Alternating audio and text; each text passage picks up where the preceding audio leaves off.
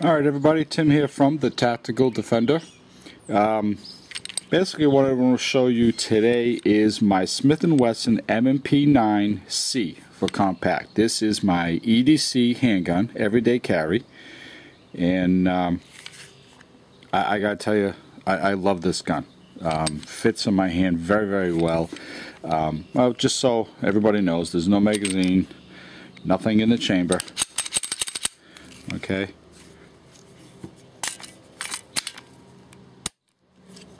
Alright. Yeah, so now the reason why I went with this particular handgun was I actually live in Massachusetts, unfortunately. Smith & Wesson, as you know, is located in Springfield, Massachusetts, and I actually know quite a few police officers and state and local police, and a lot of them now carry this particular model. Well, they carry the Smith & Wesson M&P, but in .45 caliber, obviously not 9. And one downside is the fact that I live in Massachusetts. We can only have 10 rounds, 9 in the magazine, 1 in the chamber. Kind of a pain in the butt, but what are you going to do? It's what we have to do. And so I'm not going to take it apart, show you how to break it down. I'm sure if you're watching this video, you've seen 100 of those videos. Very simple. It is a 9mm.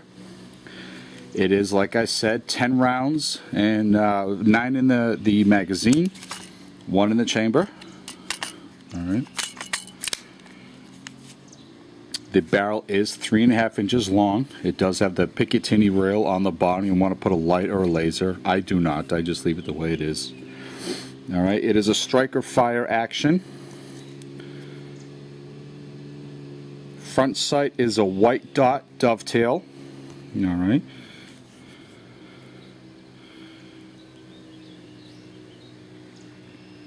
The rear is a steel low profile, also dovetail, the way it slides in like that. And I have a little story to tell you about the sight here. Also, the overall length is 6 and 7 inches. Weight is 21.7 ounces. Grip, it does have 3 interchangeable grips. Here, I actually have the small. People tell me I have very large hands. I don't really think so. So I have the small one, and it fits my hand very nice, especially with the magazine, with the pinky extension. Fits very nice. Alright, now the frame is a polymer frame. The lower half, trigger guide, trigger, all that is polymer, with a stainless steel barrel and slide. But the finish on the barrel, as you can see, and the slide is called melanite, black melanite, and it's heated to a 68 HRC. Now I actually carry this using a Blackhawk Serpa holster, and which I really like, but it started scraping along the edge. As a matter of fact, this is a brand new slide, and it's starting to get some scraping going on. Not a huge deal. It's very easy to get fixed for free, actually. But I'm actually thinking about getting a new holster. Really not sure what to get. I'm contemplating getting the in the waistband holster, and some names were mentioned to me.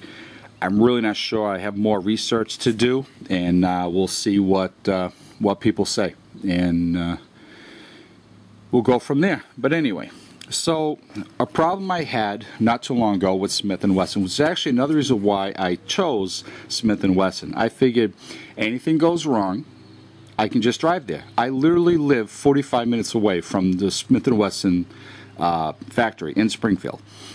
Not checking beforehand, I thought, well, I can just drive there. If I ever need to get anything fixed, right? Well, what I didn't know was they no longer allow that. Alright, no more.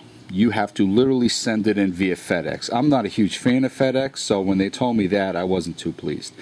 Anyway, what happened was, while using this one day, the white dot on this side here fell out. Gone. Just disappeared. But I was still using it. It worked fine. You know, the aiming worked just fine. And then one day, after using it, I went to clean it. I don't clean my guns every single time I use them. It's more like every other, or every 3 times. I went home after using this, you know, drop this down, move I believe it's called the sear pin, and the slide wouldn't come off. It would not come off. Everything I did, it would not come off. I went on YouTube, I'm looking up videos, and I'm doing this multiple ways, as you know. You can bring this back, move this down, you know, pull it forward, pull a trigger, slide, you know, there's different stuff. I tried every way I could. I could not get the slide off. I called Smith Wesson. They said not a problem, probably just needs adjusting, according to them.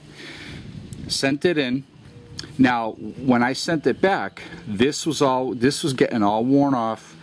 That dot fell out of the rear sight, like I said, and this slide wouldn't come off. It took, I want to say 2 weeks, maybe 17 days, okay?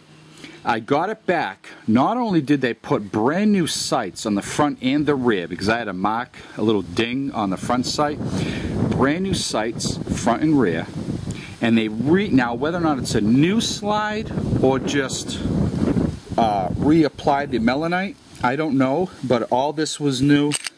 As well as here, this had some markings on it. That was all done. Now again, whether or not it's a new barrel, I don't know. All they wrote when I got it back was adjusted this takedown lever. That's it. Adjusted takedown lever. But they actually did a lot of work. Matter of fact, they gave it I just used it, but it's a little dirty. They gave it a cleaning that I've never even seen before, ever. Very, very impressive. So, big props and kudos goes out to Smith & Wesson. They really do take care of their customers. Again, I'm not crazy. I guess it's very normal. I'm not entirely crazy about the fact that I had to ship it. You know, oh well, you know, you gotta do what you gotta do. It would have been nice just to go there and just drop it off, maybe fix something, adjust it, and go on my way. So yeah, so as far as customer service, Smith & Wesson, top of the line. Good people. So I have multiple magazines here. It came with 2 magazines when I bought it. It came with this one, right, with a regular flat floor plate. I can't get my pinky on there, you know, and then it came with one of these, which I really like. When I put that on, I get my hand, I really get it good. So when I went up to Smith & Wesson, I've been there a couple times, looked at their guns. They kind of have, I don't want to say museum, but they have some really old guns set up there, all the way up to the new guns. And they also have a range. I was actually going to use the range one day, and it just happened that Team Smith & Wesson, the shooting team, was there practicing, and, well, you know the saying, should have called first. I ended up buying more magazines when I was up there. And now, another reason why I went with this particular gun, it was going to be my EDC, as well as the gun I take to the range, the gun that I use at the range, running gun, target shooting, everything. And I wanted a lot, as you probably know, a lot of, what am I trying to say? A lot of handguns that you EDC that you carry are very, very small, compact, subcompact, and they're not exactly the most comfortable to shoot at the range. I wanted something that was kind of a mid-range. I could use it small enough, hide it on my body, because we do have concealed carry in this wonderful state of mind, and at the same time it's going to be comfortable to be at the range and shoot. And this fit the bill, along with the fact that I had heard a lot of good stuff about customer service, the fact that they are right down the road. I do know a lot of police law enforcement officers, state and local, that carry Smith Wesson M&Ps. And anyway, so that's really it. It's a great gun. So today, actually, I'm shooting the Federal 9mm Luger 115 grain full metal jackets. I really like this.